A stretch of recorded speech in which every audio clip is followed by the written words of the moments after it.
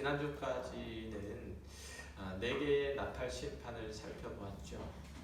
그것은 자연계로 상징이 되는 세상의 질서와 가치를 심판하심으로써 거기에 자기의 인생의 목적 그리고 의미, 삶의 기쁨과 행복을 두고 사는 자들에 대한 경고의 말씀이었어요. 오늘부터 살펴볼 5째 그리고 6째 나팔 심판은 예전의 심판보다 더 심각하고 참혹한 재난의 형태로 나타났죠. 앞에 낸 나팔 심판은 해와 달과 별들의 3분의 1의 타격을 줌으로써 사람들의 삶의 터전, 땅과 바다와 하늘에 영향을 주었다는 점에서 사람들에게서는 간접적인 심판이었죠. 그러나 5째와 6째 나팔 심판은 하나님을 거절하고 반대하는 사람들에게 직접 영향을 미치는 재난 상황을 묘사하고 있다는 점에서 이전 것과는 달라요. 그래서 이 5째, 6째 심판의 서론인 요한계시록 8장 13절에 보면 독수리가 날아가면서 화가 있으리니 라고 선포함으로써 남은 새 심판이 이전보다 훨씬 더 혹독하고 엄혹한 심판의 결과를 이야기할 것을 경고하고 있는 거죠. 성경에 등장하는 독수리는 크게 2가지의 상징으로 사용이 돼요. 첫째는 하나님의 구원의 상징을 할 때 사용하죠. 힘과 그분의 인도와 보호를 상징하는 민첩성 그리고 용맹성을 말할 때 나는 독수리라는 이미지를 사용을 하죠. 그리고 2번째 독수리 이미지는 어떨 때 사용하냐면 죽음과 파괴, 심판에 대한 징조를 나타낼 때 이제 독수리 이미지를 사용하죠. 날아가는 독수리는 앞서 요한계시록 4장 7절에서도 하나님의 보좌 주위에 있는 4생물 중에서 하나로 등장을 했죠. 그렇죠? 그 첫째 생물은 사자 같고, 둘째 생물은 송아지 같고, 셋째 생물은 얼굴이 사람 같고, 넷째 생물은 날아가는 독수리 같은데 이 4생물은 하나님의 심판의 전령으로서 이 세상에 보내질 것이기 때문에 하나님의 보좌에 둘러서서 이제 하나님의 명령, 말씀을 받기 위하여 대기 중인 거죠. 그런데 사도 요한이 그 중에서 독수리만 골라서 5째, 6째, 7째 이 세 나팔 심판의 전령으로 왜 사용하는가 라는 거죠. 이미 말씀드렸듯이 이 독수리 이미지에는 하나님의 심판뿐 아니라 하나님의 인도와 보호를 묘사할 때도 사용하기 때문에 그래요. 첫 번째로는 그러니까 출애굽기 19장 4절에 보면 이렇게 말하죠. 내가 애굽 사람에게 어떻게 행하였음과 내가 어떻게 독수리 날개로 너희를 업어 내게로 인도하였음을 너희가 보았느니라. 하나님께서 이스라엘 백성들을 구원하시고 보호하시기를 마치 독수리가 그 새끼를 덮어서 그 위험으로부터 보호하는 것처럼 그렇게 하셨다는 거죠. 오늘 본문에서도 사도 요한은 이 날아가는 독수리 이미지를 사용해서 초대교회에게 하나님께서는 끝까지 당신의 백성을 지켜내신다는 메시지를 우선 전달을 하고 있어요. 또 다른 하나는 심판의 이미지, 독수리가 가지고 있는 이미지는 심판의 이미지인데 오늘 본문에서는 이 개념으로 더 기울여져 있기 때문에 좀 더 신중하게 살펴야 돼요. 예레미야서 48장 40절 이하의 말씀을 볼게요. 이는 여호와의 말씀이라 보라 그가 독수리같이 날아와서 모압 위에 그의 날개를 펴리라. 성읍들이 점령을 당하며 요새가 함락되는 날에 모압 용사의 마음이 산고를 당하는 여인 같을 것이라. 모압이 여호와를 거슬러 자만하였으므로 멸망하고 다시 나라를 이루지 못하리로다. 하나님께서 모압 나라를 그 오만함 그리고 우상 숭배를 심판하시고 그들이 섬기는 신 때문에 오히려 수치를 당하게 하시고 그들의 자랑거리를 오히려 부끄럽게 하실 거라는 이 메시지를 선지자 예레미야를 통해서 주시는 말씀의 일부분이에요. 여기 보면 하나님의 심판이 마치 독수리가 먹잇감을 발견하고 낚아챌 기회를 엿보면서 그 위를 맴도는 모양으로 그렇게 묘사하고 있다는 점이죠. 그러니까 오늘 본문에서는 바로 이런 하나님의 임박한 심판의 도구로서 독수리를 등장을 시키고 그 짐승이 화로다 이렇게 외치고 날아감으로써 하나님의 회개를 촉구하는 요청이 먼저 있죠. 그리고 그 다음에 그 요청에 응답할 마지막 기회를 거절하는 이 땅에 거하는 모든 자에 대한 파멸을 선고하는 내용이에요. 아직 이 세 천사가 불어야 할 나팔로 인한 재앙이 남아있는데 이 화들은 사람들을 직접 타격한다는 점에서 더욱 가혹할 텐데도 반복되는 이 경고를 사람들은 듣지 않는 거죠. 하나님과 그의 보내신 자 예수 그리스도 그리고 교회에 대한 그의 마음의 완악함들을 풀지 않고 더욱 강팍하게 굴었기 때문에 이제 하나님의 심판의 직접적인 영향에 들 거라는 사실을 5번째, 6번째, 그리고 7번째 나팔 재앙에서 보여주는 겁니다. 자, 이제 본격적으로 좀 들어가 보면 5째 천사가 나팔을 불자 하늘에서 떨어진 별이 무저갱의 열쇠를 받아서 그 문을 열죠. 그러자 그 구멍에서 연기가 올라와서 해와 하늘이 어두워져요. 여기는 공기라고 표현되어 있는데 하늘이라고 번역을 해야 더 타당해요. 알아듣기 쉽죠? 그러니까 여기서 하늘에서 떨어진 별이 무엇인가에 대한 의견이 아주 분분해요. 어떤 이는 사탄 아니면 그의 하수인이라고도 하고 다른 이는 하늘의 천사라고도 얘기를 해요.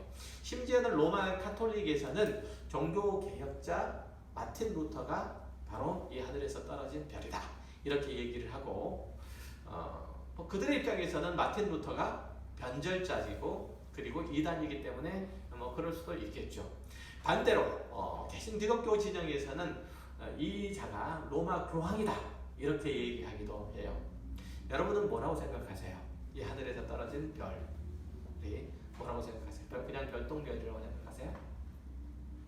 요한계시록 9장 1절을 다시 보면 하늘에서 별이 떨어졌다라는 표현을 쓰고 있는데 별이 하늘에서 떨어졌다는 표현을 쓰고 있는데 이 떨어지다라는 헬라어 단어가 핍토라는 단어예요. 이것은 무엇인가가 위에서 아래로 떨어질 때 사용하는 그것을 묘사하는 그런 단어이거든요. 이 핍토라는 단어가 사용되는 또 다른 구절을 보면 그 용례가 더 분명해져요. 누가복음 10장 18절이에요. 예수께서 이르시되 사탄이 하늘로부터 번개같이 떨어지는 것을 내가 보았노라.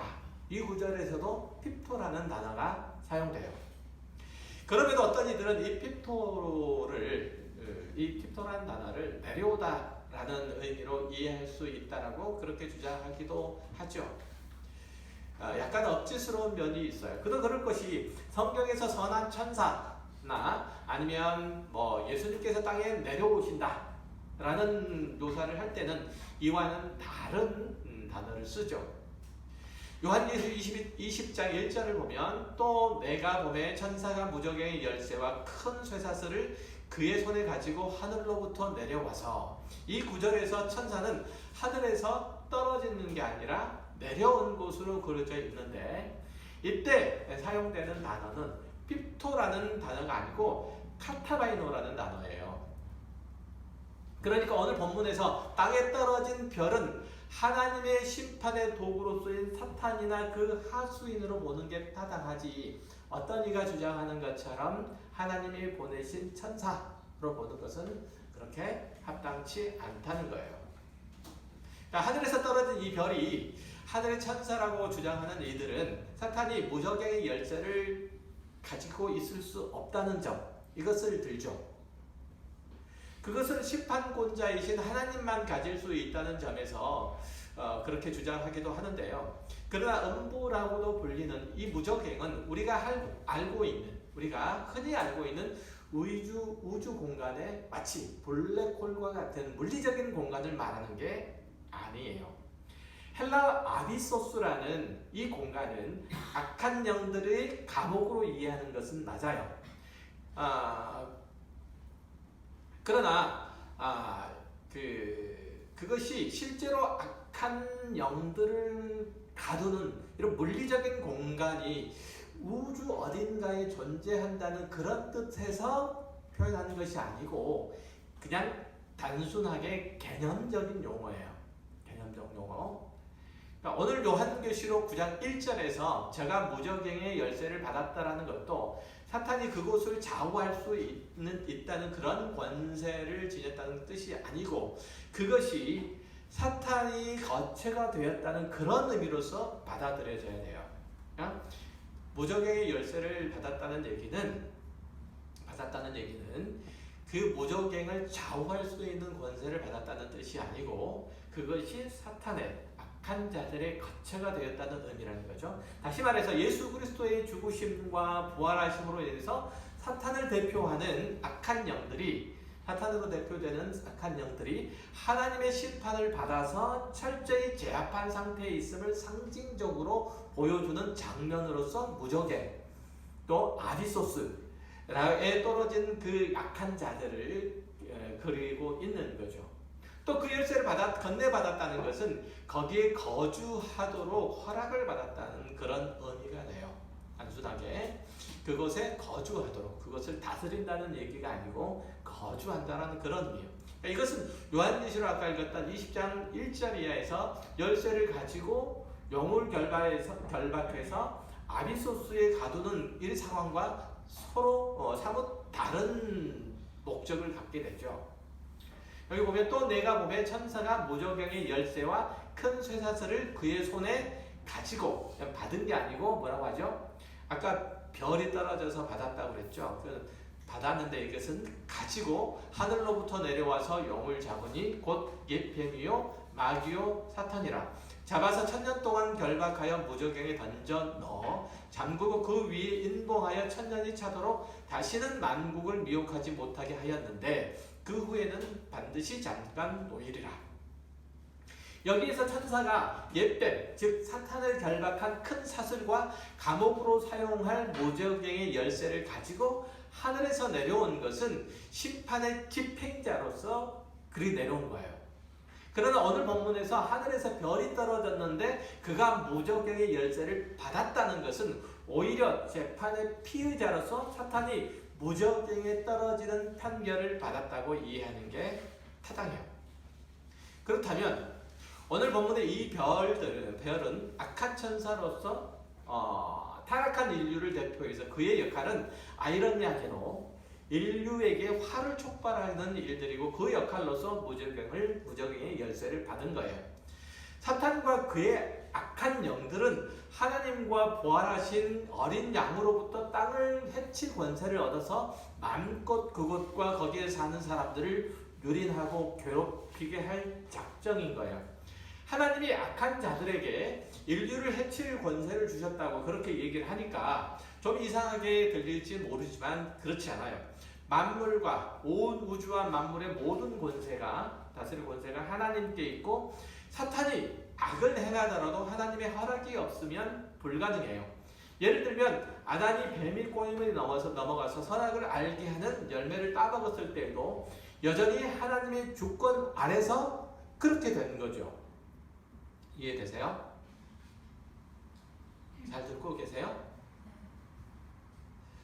하나님께서 어떤 누군가를 심판하여 벌을 주실 때, 특별히 역사 가운데서 그런 일들을 우리가 흔히 찾아볼 수 있고 또 그것들을 확인할 수 있는데, 그것은 어떤 식으로 그러냐면 하나님께서 예를 들어서 이스라엘의 회개를 촉구하기 위해서 그들을 채찍을 들어서, 회초를 들어서 그들을 치시고자 할 때 누구를 사용하시죠? 이방 사람들을 흔히 사용하시죠. 그들이 호전적인 성향과 그리고 이웃 나라를 침입해서 약탈하려고 하는 악한 마음들을 그대로 내버려 두사 하나님께서 그들을 심판의 도구로, 그러니까 이방 사람들, 이방 나라들을 이스라엘의 심판의 도구로 사용하는 것들을 볼 수 있어요. 그런 원리로 이해한다면 이제 무저갱에서 이제 나와서 사람들을 괴롭히고 후리는 그런 일들을 하는 이가 바로 악한 자인 것을 볼 수 있겠죠. 그러니까 그런 시각에서 보면 악한 세력이 성도를 괴롭게 하거나 고통을 줄 때 반대로 자신을 따르는 자에게 자기 파괴적인 행동을 할 때 우리 성도들은 모든 것을 통해서 역사하시는, 이 모든 상황과 형편들을 통해서 역사하시는 하나님의 거대한 목적과 주권적인 손길이 있음을 기억해야 돼요. 이것은 분명히 하나님 악한 자가, 또 나에게 억한 심정을 가지고 있는 자가 나를 해치려고 하는 그러한 악행이었음에도 불구하고, 그것이 하나님께서 나에게 말씀하시는 어떤 메시지, 이것들이 나에게 주시고자 함을 우리는 기억을 해야 된다는 얘기죠. 예를 들면 출애굽기 11장에 보면 장자의 재앙이 애국 전역에 발생을 하게 되는데, 어린 양을 잡아서 그 피를 문설주와 임방에 바르지 않는 집들은 그 집에서 난 짐승이나 사람이나 짐승의 첫째 것들을 모두 다 죽임을 당하지요. 그렇죠? 이 재앙이 발생할 때 그 일들을 시행하는 이가 누구예요? 하나님께서 직접 돌아다니시면서 사람들과 그리고 짐승들을 멸하시는 거예요? 그러시는가요? 그렇지 않죠. 하나님은 타락한 천사 사탄을 그 도구로 사용하셔서 이 악한 세상을 심판을 하세요. 그런데도 출애굽기 12장의 표현처럼 하나님은 내가 멸하겠다라는 표현을 써서 말씀하시는 거거든요. 출애굽기 12장 12절에 보면 내가 그 밤에 애굽 땅에 두루 다니며 사람이나 짐승을 막론하고 애굽 땅에 있는 모든 처음 난 것을 다 치고 애굽의 모든 신을 내가 심판하리라. 나는 여호와라. 내가 애굽 땅을 칠 때에 그 피가 너희가 사는 집에 있어 너희를 위하여 표적이 될지라. 내가 피를 볼 때에 너희를 넘어가리니 재앙이 너희에게 내려 멸하지 아니하리라. 여기서 확인할 수 있듯이 해 아래에서 일어나는 모든 것들은 하나님의 주권 가운데 있어요. 세상과 역사는 하나님께서 창세 이전에 계획하신 대로 착실히 진행되고 있어요. 심판의 행위도 그러해요. 그러나 심판의 행위들을 행할 때에 하나님께서 그것들을 그 심판의 행위들을 이제 당신의 손으로, 하나님의 당신의 손으로 직접적으로 사람의 목숨을 빼앗는다는 하나님의 형태로 진행이 되는 것은 결코 아닌 것을 볼 수 있죠. 이해하셨어요? 굉장히 중요한 개념이에요. 자, 그러면 2절에서 사탄과 그 악한 세력들은 무적행을 열자 어떤 일들이 일어나는지 살펴보도록 할게요. 그 전에 이 일들이 모두 하늘과 땅의 권세를 주고 계시는 어린 양 예수 그리스도의 주권적인 통치 아래서 이루어지고 있고, 끝까지 회개하여 돌이키지 않는 이들에 대한 참혹한 심판이라는 걸 다시 한번 확인해 주시기 바래요. 자, 5번째 나팔이 울리자 무저경에서 큰 화덕 연기 같은 연기가 올라와요. 무슨 뜻일까요? 초대교회 박해받는 성도들은 이 이미지를 통해서 어떤 장면들이 떠올랐을까요? 창세기 19장 27절을 볼게요. 아브라함이 그 아침에 일어나 여호와 앞에 서 있던 곳에 이르러 소돔과 고모라와 그 온 지역을 향하여 눈을 들어 연기가 옹기가마의 연기같이 치솟음을 보았더라. 하나님께서 소돔과 고모라를 불과 유황으로 멸망케 하실 때에 멀리서 보니 그 모습이 오늘 본문의 큰 화동 연기같이, 큰 옹기 연기 같은 연기가 피어오르는 것, 이것과 아주 흡사하죠.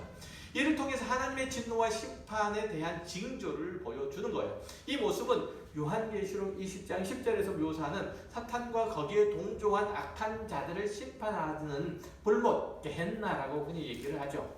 이것과 아주 흡사해요. 또 읽어볼게요. 또 그들을 미혹하는 마귀가 불과 유황못에 던져지니 거기는 그 짐승과 거짓 선지자도 있어 세세토록 밤낮 괴로움을 받으리라. 자, 사도 요한의 편지를 통해서 이 장면을 본 초대교회 성도들은 임박한 하나님의 진노와 심판을 연상했을 것이고, 죄와 거짓으로 쌓아 올린 이 세상의 물질 문명과 거기에 속한 문화들이 한순간에 무너지고 말 것을 생각했을 거예요. 마치 뭐처럼 소돔과 고모라가 멸망했던 것처럼 그렇게 멸망하고 말 거라는 것을 연상을 했을 거라, 이런 얘기죠. 소돔과 그 번성하던 소돔과 고모라 땅이 멀리서 보니까 마치 옹기가마에서 연기가 모락모락 피어 올라오는 것처럼 그렇게 멸망하고 말았던 그 소돔과 고모라처럼 이제 하나님께서 이 세상을 그렇게 멸망하셔서 하나님의 거룩함을, 하나님의 공의를, 하나님의 정의를 선포하신다는 그 메시지를 요한계시록의 독자들은 읽었다는 얘기죠. 자, 무적행에서 연기 같은 연기가 피어올라서 해와 하늘을 덮어버린다는 것은 하나님의 진노와 심판이 이 세상을 기초로 삼고 있는 사람들과 또 그들의 소유와 힘과 명성을, 그 아름다움을 태워서 버릴 것을 상징적으로 말해주는 내용이에요.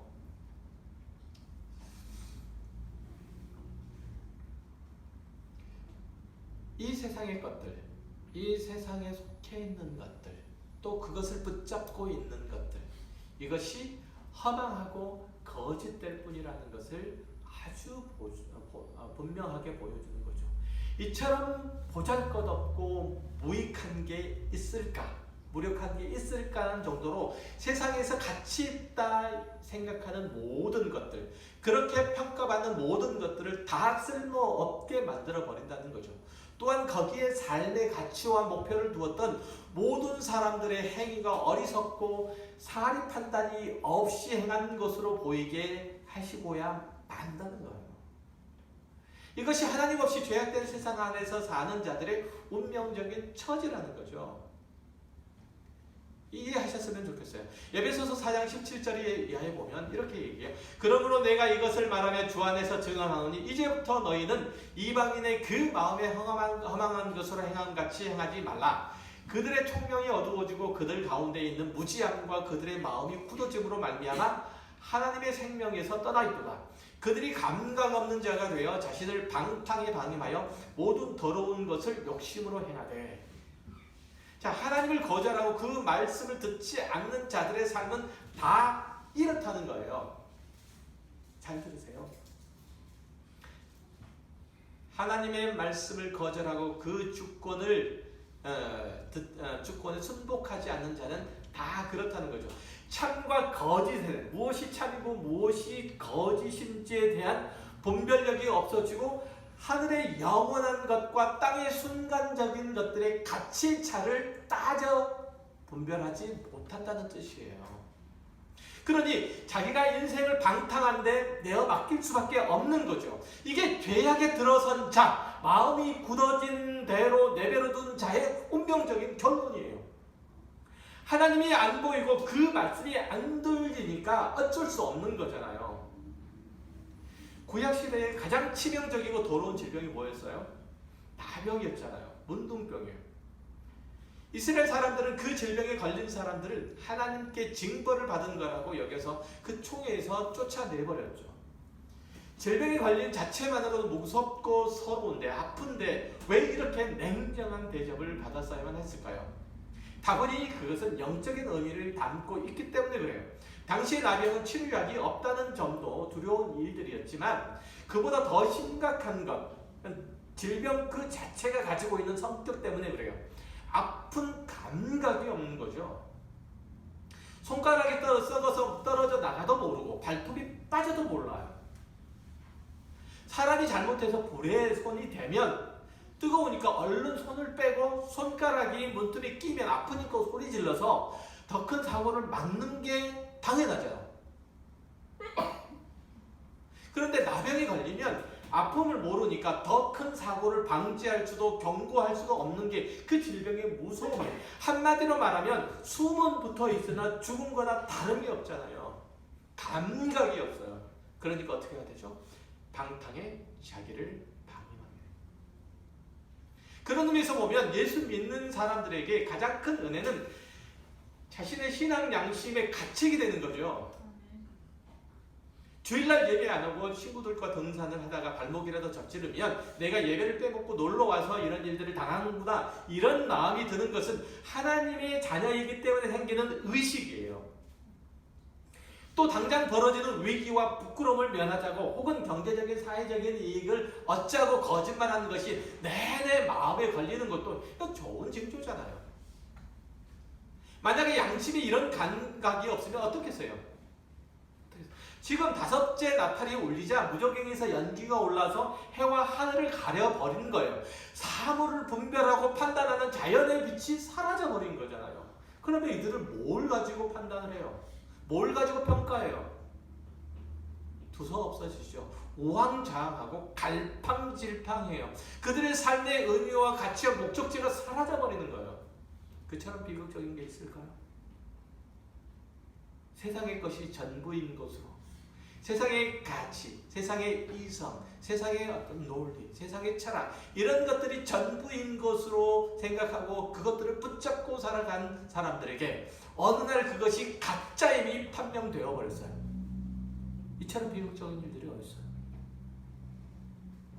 다시 말하면 사람이 무엇을 판단하는 이성과 이성의 빛과 양심, 그리고 수치심마저 사라져 버리면 끝이잖아요.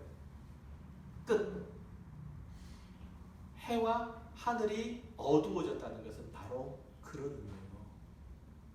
악인들에게 심판이 뭘까요? 악인들에게 심판이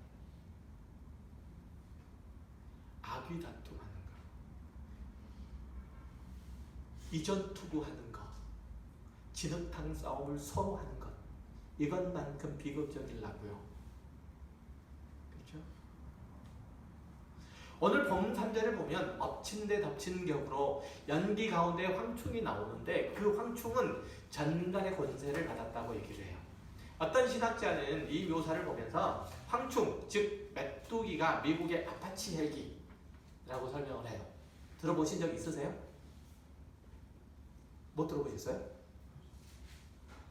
아, 못 들어보셨구나. 대답을 안 하시네. 못 들은 걸로 간주. 멀리서 그 헬기를 보면 마치 메뚜기처럼 보이기도 해요. 아파치 헬기를 보면 인류 마지막 때 미국의 아파치 헬기가 메뚜기처럼 몰려가지고 폭탄을 퍼붓는 장면, 이것을 이제 묘사한다고 설명하기도 하죠. 뭔가 그럴듯해 보이기도 하죠. 그렇죠? 하지만 초대교회 성도들에게 아파치 헬기는 또 뭐고 헬기 기총 사격은 또 뭐예요 도대체? 이 사람들에게. 사도 요한은 구약에 나타난 메뚜기 재앙의 이미지를 사용해서 하나님의 심판의 엄중함과 가공할 파괴력을 주지시키고 있는 거예요. 이는 출애굽 당시의 메뚜기 재앙이 그것이고, 다른 성경에 보면 우상 숭배하는 이스라엘 백성에게 하나님의 심판의 도구로서 메뚜기, 황충이 등장을 해요. 한 구절을 찾아볼게요. 아모스 7장 1절 말씀이에요.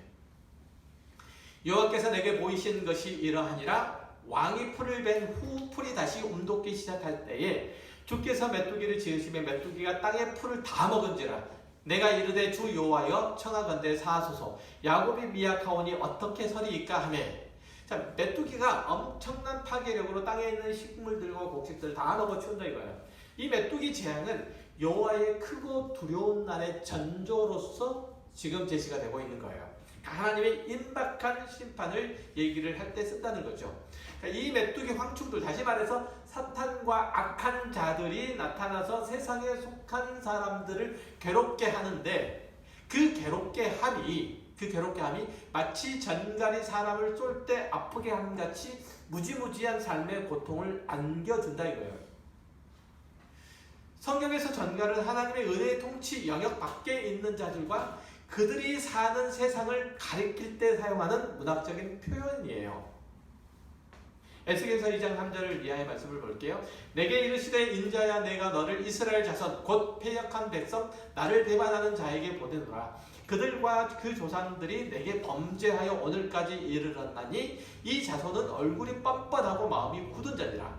내가 너를 그들에게 보내노니 너는 그들에게 이르기를 주 여호와의 말씀이 이러하시다 하라. 그들은 패역한 족속이라. 그들이 듣든지 아니 듣든지 그들 가운데에 선지자가 있음을 알지니라. 인자야 너는 비록 가시와 찔러와 함께 있으며 전갈 가운데 거주할지라도 그들을 두려워하지 말고 그들의 말을 두려워하지 말지어다. 그들은 패역한 족속이라도 그들의 말을 두려워하지 말며 그 얼굴을 무서워하지 말지어다. 어떻습니까? 그렇잖아요. 전갈과 가시와 찔레가 있는 곳, 이것은 이스라엘 백성들의 패역한 마음, 또한 그로 인해서 죄악된 그들의 행실, 타락하여 하나님의 주권, 하나님의 선하신 은혜의 통치를 저버리고 자신의 행실과 자신의 마음의 뜻을 쫓아서 그렇게 마음껏 죄악을 저지르고 분탕질하는 그들의 삶의 양태를 가리켜서 전갈이 쏘는 곳이라고 그렇게 얘기해요. 그들의 삶의 현장이. 오늘날 세상이 그렇지 않습니까? 전갈이 있는 곳 같지 않아요? 가시와 찔레가 있는 곳 같지 않아요? 만약에 그런 곳이 아니라면 엊그저께 있었던 일가족 4명이 자살하는 그런 비극적인 일들은 안 일어났겠죠. 이 세상에서 자신들의 편을 들어주고 자신들에게 조그만 안심이라도 되어준다면, 자신에게 조그만 응원이라도 줄 수 있었다면 그들은 안 그랬을까요? 그러지 않았다는 얘기잖아요. 하나님께서는 당신을 외면하고 그 말씀을 거절하는 이스라엘 백성에게 선지자 에스겔을 보내시면서 그들이 거주지를 전갈이 있는 곳, 전갈이 쏘는 곳이라고 표현하는 거예요. 하나님의 은혜의 통치 영역 밖에서 세상 사람들처럼 자기들끼리 물리고 죽고 죽이는 오직 적자 생존이 통용되는 광야 같은 곳을 가시와 찔레가 있는 곳, 전갈이 쏘는 곳으로 묘사하고, 이스라엘 사는 가나안 땅이 하나님의 나라가 될 그 땅이 그렇게 더럽혀지고 유린되고 있다는 사실을 말하고 있어요. 여러분의 삶의 현장은 어떠한가요?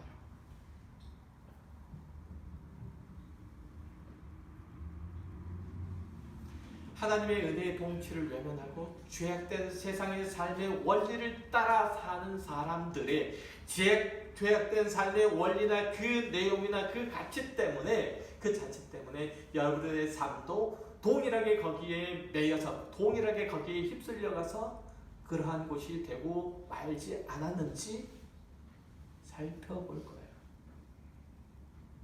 죄악된 세상에 대한 하나님의 심판의 원리는 다 이러해요. 사탄이 무적에 들어가서 저주와 멸망의 연기를 뿜어서 오히려 자기를 동조하고 따르는 악한 세력에게 고통을 안겨주는 형태로 진행된다니까요. 여러분이 세상이 편들면 세상이 여러분들을 편들어주는 게 아니고 세상이 여러분들을 오히려 옥죄고 괴롭게 하고 힘들게 할 거라는 얘기예요. 죽이는데 내어줄 거라는 얘기예요. 그럴 거라는 얘기예요. 아이러니잖아요.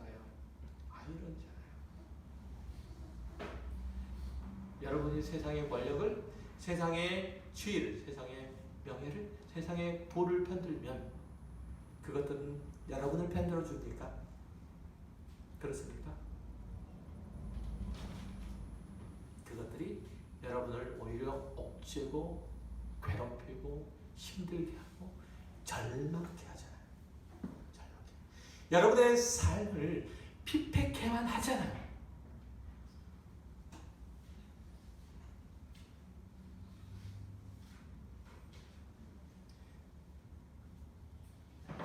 이 세상에 모든 살아가는 사람들의 삶의 원리 가운데 그렇게 나타날 뿐이에요. 황충이 나타나서 전갈에 쏘는 고통을 주는 것도 다 세상과 그 원리와 가치와 질서와 내용들을 따르는 자들에게 주어지는 거예요. 그러나 다행인 것은 그 고통과 괴로움이 그 기간이 길지는 않다는 거예요. 5달 동안만 지속돼요. 마치 홍수가 며칠 동안? 노아의 홍수가 며칠 동안? 150일 동안. 150일 몇 달? 150일을 몇 달? 5달. 3, 5, 15. 맞잖아요. 150일. 홍수가 마치 5달 동안 땅을 덮었던 것처럼 이제 5달 동안만 이 일들을 겪게 하시는 거예요. 그래서 회개할 기회로 나타난다는 거예요. 아주 다행스러운 것은 하나님을 알지 못하는 사람들의 삶의 유일한 목적이 뭘까요? 그것은 육신을 위해서 사는 것, 좀 더 적나라한 표현으로는 자기 배를 채우는 거잖아요. 세상의 물질 만능주의가 나은 것은 뭐예요? 그러면 자기를 배를 채우고서도 나은 게 뭐예요? 다툼과 시기와 질투와 원망과 경쟁과 전쟁, 뭐 이런 것들이잖아요. 이것이 바로 전갈에 쏘는 것이고 이것이 다 하늘의 해를 가리고 하늘을 어둡게 하는 거잖아요. 세상의 물질이 사람을 행복하게 하고 번성하게 할 줄 알았더니, 그래서 세상의 물질 문명을 섬겼더니 오히려 그것들이 사람을 괴롭게 하고 불행하게 하고 멸망케 한다는 거예요. 현대 인본주의, 물질주의, 세속주의 이런 것들이 하나님을 의지하고 그 말씀을 순종하며 살아야 할 인간을 오히려 신으로 부추기잖아요. 다른 사람에게 피해가 되지 않으면, 정확히 표현하면 다른 사람에게 피해가 되는지 안 되는지 증명이 안 되면 내 멋대로 살아도 되고 내가 하고 싶은 대로 해도 되잖아요. 요즘 굉장히 많이 강조되는 게 자유권, 인간의 자유권이고 인간의 자기결정권이에요. 그렇죠? 자기결정권이에요. 그래서 낙태를 죄로 규정하는 게 위헌이 된 거잖아요. 그렇게 판결이 났어요. 여성의 자기결정권을 존중한다는 거죠. 여성이. 그죠? 내 몸에 붙어있는 혹처럼. 개인의 성적 취향을 다른 사람이 간섭할 수 없다고 해서 동성애자 차별을 금지하고 있죠. 사실 이런 행위는 인류를 공멸로 끌고 갈 수밖에 없는 거잖아요. 그렇죠? 우리 시대의 가장 무서운 적이 뭘까요? 이 시대의 가장 무서운 적. 저는 다른 것도 아니고 TV라고 봐요. 요즘은 유튜브라고 해요. 유튜브. 모두가 그것을 보고 따라하고 대리 만족을 느끼고 그렇잖아요. 1980년대 아침 드라마의 주제는 단연코 이혼이었어요. 그리고 결론이 뭐였냐면 할 테면 해라 이거였잖아요. 그 이후에 한동안은 이혼 법정에 발을 디딜 틈이 없었어요. 그리고 그 다음에는 뭐였냐면 결혼한 엄연한 가정을 꾸리고 있는 남자와 여자 부부 관계인데 여자친구를 남자 퉁구를 두는 거예요. 그 양동근인지 김동근인지 그 누구지? 이동근인지 그 있잖아요. 이게 그 사람 나와가지고 여자친구 두는 거 그런 거였었죠. 한때는 뭐 연예인 누가 성형수술을 했다는 스캔들, 아직 그 스캔들도 있었죠. 요즘은 그 한 사람이 거의 없을 정도로 이게 보편화됐잖아요. 그러자 이런 풍토도 TV를 타고 전국으로 퍼져나가서 지금 강남에 가보면 죄다 얼굴이 비슷한 애들만 돌아다녀요. 그렇죠? 강남 애들이 아주 특별해요. 죄다 비슷해요. 옷차림도 비슷하고 몸매도 비슷하고 얼굴 생김새도 비슷하고 심지어는 뇌 구조도 비슷해요. 요즘 인기 있는 TV 프로그램은 연예인 사생활 엿보기에 단연코 1일 거예요. 그 주제는 다 너 하고 싶은 대로 다 하고 살아 이거예요. 아니에요? 그리고 이들이 TV에서 보여주는 건 맨날 노는 거, 쇼핑하는 거, 먹는 거, 여행하는 거 이거 말고는 없잖아요. 그러니 요즘 직장인들의 미래 계획에 대한 트렌드가 30대, 40대에 조기 은퇴하고 놀러 다니는 거 이거잖아요. 조금이라도 힘이 들고 짐스럽고 굴레가 되는 것 빨리 집어 던져버리자는 거죠. 아이를 낳으면 뭘 하냐? 침 만들지. 안 나요. 결혼을 하면 뭐 하냐? 자유롭게 혼자 살지. 그래서 나 혼자 산다. 나 혼자 산다. TV에서 그거 하잖아요. 적어도 그리스도인이라면 이런 세속의 흐름에 거슬러가는 몸부림이라도 있어야 하는데 전혀 그런 부담감이 없는 거예요. 하늘이 가려지고 해가 가려지는데 그 가려진 채로 그들이 그렇게 살아가는 거예요. 그리스도인조차도. 그런 부담은 전혀 없어요. 왜냐하면 기독교 신앙을 종교의식 아니면 도덕 문제로 끌고 가버리기 때문에 그래요. 결혼 안 하는 것이 종교 도덕적으로 문제가 되나요? 안 된다고 생각해요. 그래서 안 해요. 도덕적인 범죄가 아니니까. 성도라면 예수의 삶과 죽음을 닮은 구석이 조금이라도 있어야 되는데 자기 편의대로 살려고만 하죠. 성도 각자에게 맡겨진 하나님의 형상으로서의 자기 회복 이게 있냐고요. 공동체 회복 이게 있냐고요. 맡겨진 가정의 부부 사이에서 부모 자식 사이에서 사랑으로 섬기는 게 있느냐고요. 그리고 직장에서 동료 사이에서 상사와 부하 직원 사이에서 힘으로 봉사하는가 말이죠. 이 타락하고 어두워진 사회의 빛으로서 봉사하는가? 이 질문을 자꾸만 해야 되고 여기에 대답하는 삶을 살아가야 하는데 안 그렇잖아요. 오직 자신만을 위해서 살고 그런 환경을 만들기 위해서 하나님 저에게 축복해 주십시오. 이렇게 난리를 치는 세상이잖아요. 그리스도인마저도. 에베소서 4장 20절 이하의 말씀을 다 같이 읽어볼게요. 다 같이. 여기 있죠? 오직 너희는 그리스도를 그같이 배우지 아니하였느냐. 다 같이. 오직 너희는 그리스도를 그같이 배우지 아니하였느니라. 진리가 예수 안에 있는 것 같이 너희가 참으로 그에게서 듣고 또한 그 안에서 가르침을 받았을진데 너희는 유혹의 욕심을 따라 썩어져가는 구습을 따르는 옛사람을 벗어버리고 오직 너희의 심령이 새롭게 되어 하나님을 따라 의와 진리의 거룩함으로 지으심을 받은 새 사람을 입으라. 하나님께서는 여러분을 구원하신 그 자리 그리고 그 다음으로 가는 목적지로 이 내용을 우리들에게 주시고 있다는 사실이에요.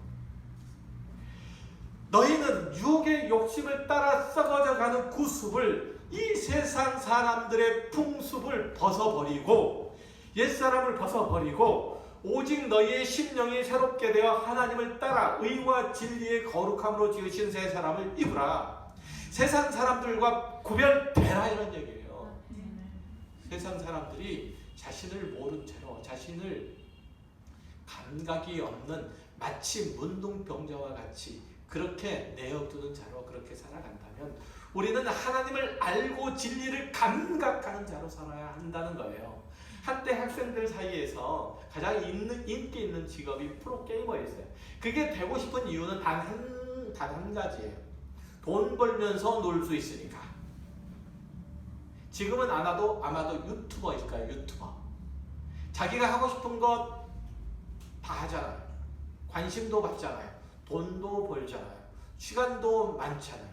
뭐 세상 사람들이 모르니까 그렇다 치고 믿는 집 자식들이 이러는데 가만히 있어요. 가만히.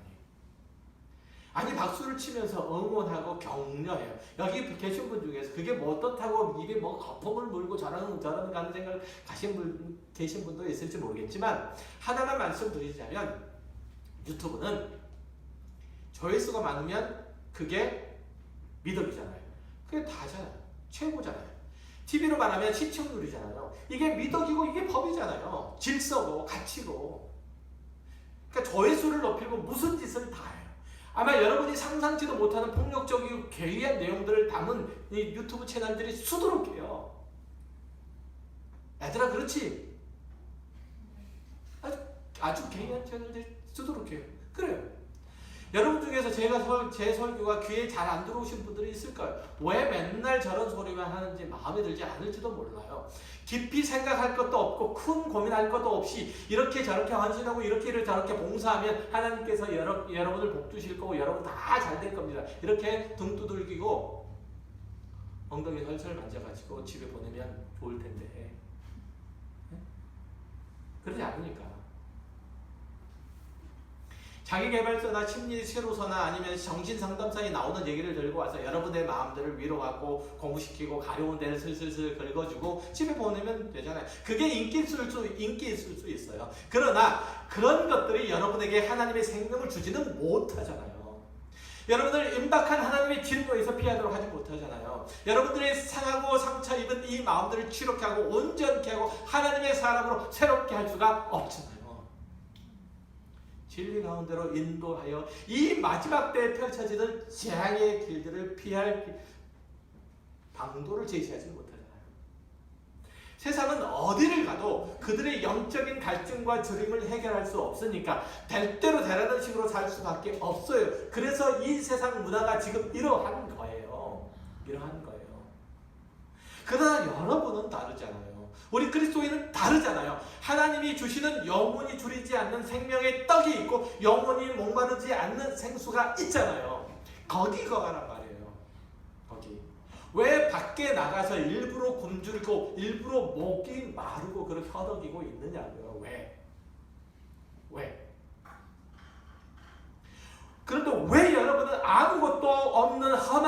자들을 쫓아가느냐 이거예요. 그러고서 왜 하나님께 원망하고 불평하느냐 이거예요. 하나님은 왜 내 편을 들어주지 않느냐 이 말이에요.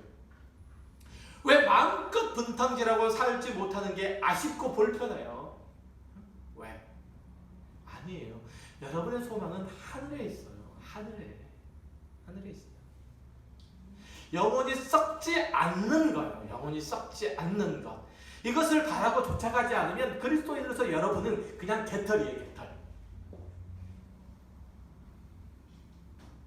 예수를 믿는다는 게 무의미해요. 무의미해.